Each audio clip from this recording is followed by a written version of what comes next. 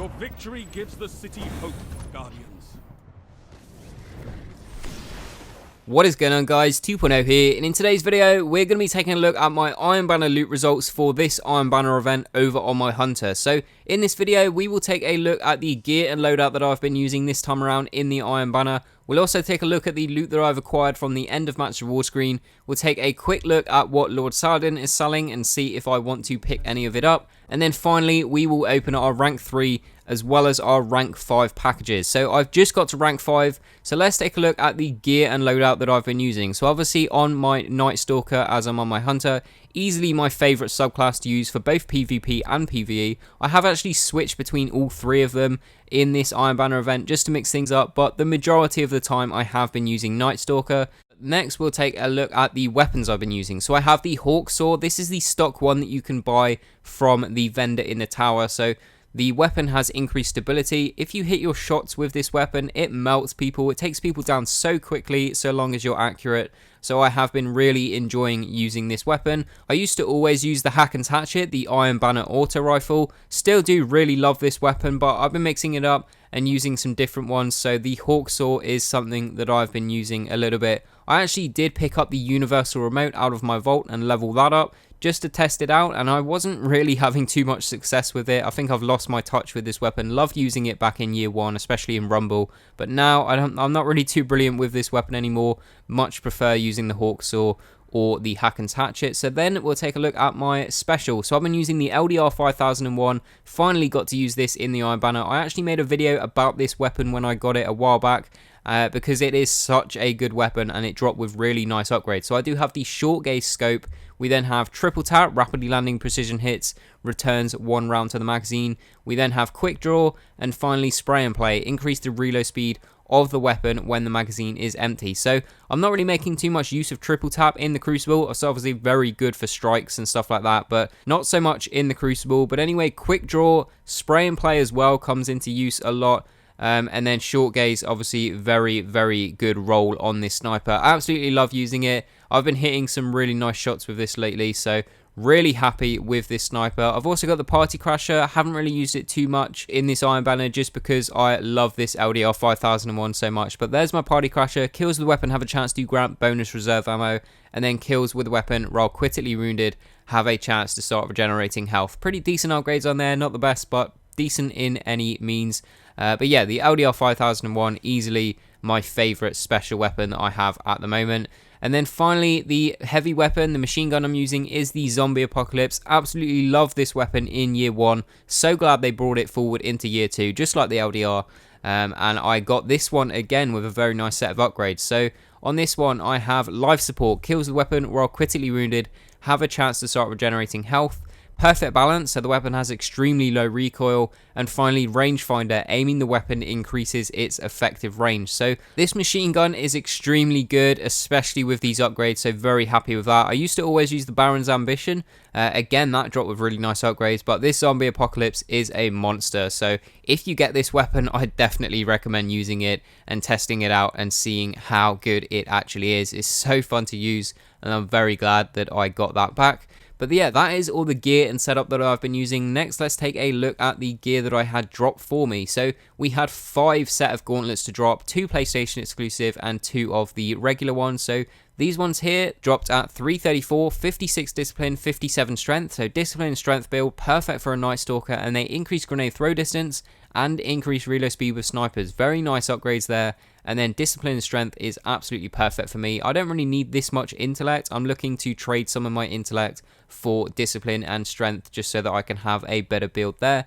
But those gauntlets are really nice in my opinion. The next ones again dropped out 334, and these have 52 intellect and 55 discipline, increased melee attack speed, and again increased reload speed with sniper rifles. Next up are the PlayStation exclusive ones. Now these actually dropped at 335, which is awesome. 56 intellect, 54 strength, increased melee attack speed, and increased reload speed with fusion rifles. 335 again, increased melee attack speed, increased reload speed with shotguns, intellect and discipline on those. And then finally, intellect and discipline again, increased grenade throw distance, and increased reload speed with snipers. and it was also at 335. So out of the 5 gauntlets that we had to drop, 3 of them were 335. So gauntlets were one of the few things that I needed more 335 infusion fuel, but now just off of 1 character in the Iron Banner, we have 3 more sets. So that's awesome. Really happy with the drops there. Next up, we'll take a look at the chest pieces. So I had 3 of these to drop, 335, 334, and then finally the last one is at 334. So we only got 1 335 chest piece, but not to worry. This one here came with intellect and strength, and then it increases the amount of auto rifle ammo I can carry. Could be very useful for whenever I use the Hacken's Hatchet. And then it has the void base subclass perks. So if we go ahead and inspect it, we have Void Recovery, increased recovery for 5 seconds after taking Void Splash damage, or Void Armor, where we have increased armor when using Void Base subclass, which is definitely the one that I would go with. It's the one that I have equipped on my current Iron Banner chest piece that I earned way back, probably quite a few months ago now.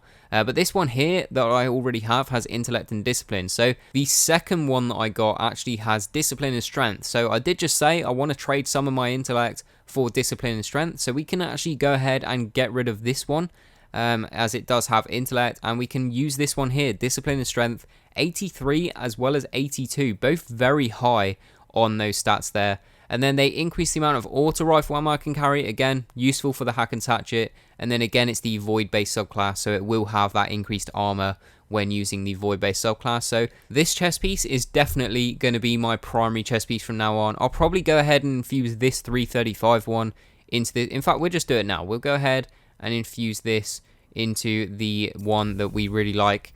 And I will go ahead and equip that, and then we will have to level it up. But the stats on that are really high. Discipline and strength, so that's awesome. We've lowered our intellect a little bit, but when we level this discipline up, that will be much closer to a 255 build that I really want to get. So that's awesome. Really happy with that chest piece. And then the final one is intellect and discipline, more scout rifle ammo, and then the arc base subclass perks. So not really going to be making too much use of that, but I'll keep it for now just because it is at 334. What else was it? It was the fusion rifles and the sidearms. Unfortunately, didn't get any fusion rifles drop. Hopefully we'll get them on our other 2 characters, but we had 1 sidearm drop, and this one came with quick unassisted kills with the weapon, reduced grenade and melee cooldown. I'm actually looking for a weapon with this perk just to use in the Challenge of Elders whenever it is the grenade or melee bonus points, because that perk is obviously going to be very beneficial for that Challenge of Elders. And then it also has readying the weapon grants a brief period of bonus accuracy, so not the best upgrades on this, but I am looking for a weapon with the Army of 1 perk for the Challenge of Elders, so I wouldn't really mind using it on a sidearm just to mix things up. So I'll go ahead and keep that. It is at 334, but like I said, that perk could pay off in the Challenge of Elders, so I'll test that out and see how that performs for the next Challenge of Elders that I do on Tuesday. But that is everything we had dropped for us over on our Hunter. Now let's take a quick look at what Lord Saladin has for sale. So he has the chest pieces and the gauntlets. I've had loads of these drops, so I don't really need to buy any of these. He has the fusion rifle here, and this fusion rifle actually has decent perks. So readying the weapon grants a brief period of bonus accuracy, pretty decent for a fusion rifle, having that bonus accuracy whenever you draw the weapon. And then it also has hidden hand, the weapon gains better target acquisition.